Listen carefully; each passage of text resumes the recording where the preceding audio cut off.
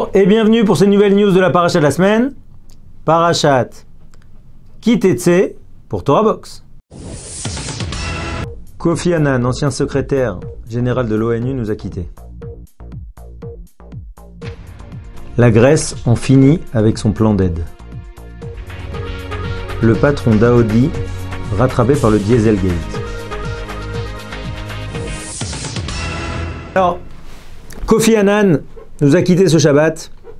Alors Kofi Annan, pour ceux qui s'en rappellent, on ne peut pas dire que c'était un grand fervent d'Israël, mais en tout cas, ça a été un secrétaire général de l'ONU extrêmement efficace, extrêmement présent sur les réseaux sociaux, un Africain, un Ghanéen, qui a redonné une force, en tout cas une image de marque à l'ONU. Il a beaucoup travaillé, fait un gros travail de fond, notamment pour préserver évidemment le monde de conflits importants. Il dit que sa plus grande tristesse, ça a été de ne pas avoir pu empêcher la guerre en Irak. Mais en tout cas, c'est vrai qu'il a joué un rôle extrêmement intéressant dans la prévention des conflits et dans le rôle que pouvait jouer l'ONU de médiateur entre les pays. En tout cas, pour la petite, toujours pareil, pour notre clin d'œil de la paracha, on notera qu'il est décédé Shabbat, donc dernière montée de la paracha de Shoftim, dans laquelle il y avait marqué avant de partir en guerre, tu proposeras la paix. Et en fonction de ça, d'accord, tu verras ce que tu feras. Et fondamentalement, là-bas, la Torah prescrit quel type de siège on est capable de faire, avec la notion aussi de Baal Tashrit. Baal Tashrit, c'est l'idée qu'on ne doit pas gâcher. Et c'est quoi le gâchis d'après la Torah? C'est d'utiliser pour monter un siège, donc un siège c'était physique, c'est d'enserrer une ville, et bien d'utiliser des arbres fruitiers, puisque les arbres fruitiers, on peut évidemment les remplacer par des arbres non fruitiers. Mais en tout cas, ça c'est la première idée. Et le début de notre parachat de cette semaine, qui explique finalement les règles de l'homme qui part en guerre et qui tombe amoureux d'une autochtone. Et d'expliquer quel est le processus pour que la Torah valide le mariage. C'est très intéressant de voir comment finalement, pendant un mois, l'homme va être mis en face de son Yetzer Hara, mis en face de son envie, et va devoir valider si oui ou non c'est purement une envie physique ou bien c'est beaucoup plus profond. En tout cas, voilà. On a pu ne pas partager tous les avis de Kofi Annan, il ne reste pas moins que c'était un grand homme qui a beaucoup œuvré et qui a redonné une stature réellement à l'ONU. D'ailleurs, c'est le premier secrétaire général de l'ONU, issu de l'ONU. C'est vraiment quelqu'un qui connaissait les choses de l'intérieur, qui a fait un travail de fourmi. Et encore une fois, pour nous, Bnei Torah, c'est de voir à quel point chacun à son niveau, un homme, est capable de faire changer les choses, est capable d'avoir une valeur intrinsèque, puisqu'il est capable à ce point de changer un panorama. Alors, la parashat Ki Tetse est une parashat où il y a un grand enchaînement de mitzvot. Ça nous fait penser un peu à la parashat Mishpatim. Et parmi les mitzvot, il y a marqué que tu dois impérativement payer tes promesses de dons. Lo te'acher. D'accord, il y a un Baal te'acher, un des interdits de la Torah, de ne pas retarder ses dons. Alors, on explique que la Gemara explique que on va jusqu'à 3 fêtes, dans l'ordre, pas dans l'ordre. En tout cas, c'est l'avis de la Gemara.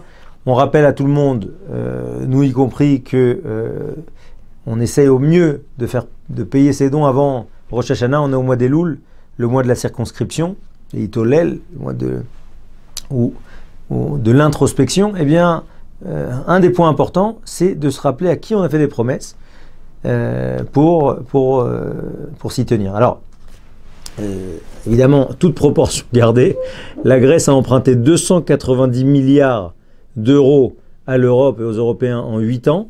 On rappelle que la dette de son PIB est montée à 180% du PIB.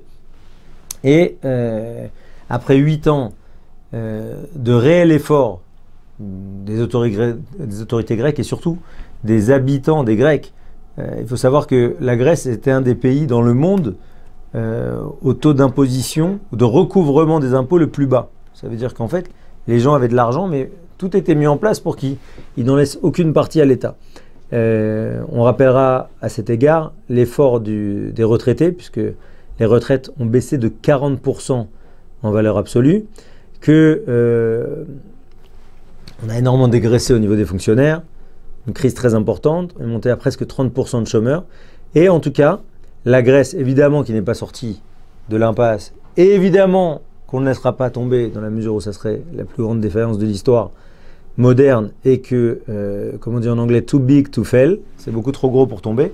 Mais en tout cas, l'idée encore que, quoi qu'il en soit dans la vie, on est toujours rattrapé par ses dettes. Ça veut dire qu'il faut comprendre que les amateurs ne payaient pas d'impôts, une grosse partie des fonctionnaires ne payaient pas d'impôts, les collectionneurs d'art, etc. Voilà, tout était mis en place, en tout cas, pour que les gens vivent gentiment et surtout avec la bienveillance de l'État, puisque chaque année, quand il s'agit de donner l'état de ses dettes, puisque en fait la Grèce était dans le pacte de Maastricht, on rappelle que une des grandes règles, c'est que les dettes publiques ne doivent pas, le déficit public ne doit pas ne doit pas augmenter de plus de 3% par an, et la dette publique initialement ne devait pas dépasser les 60% du PIB.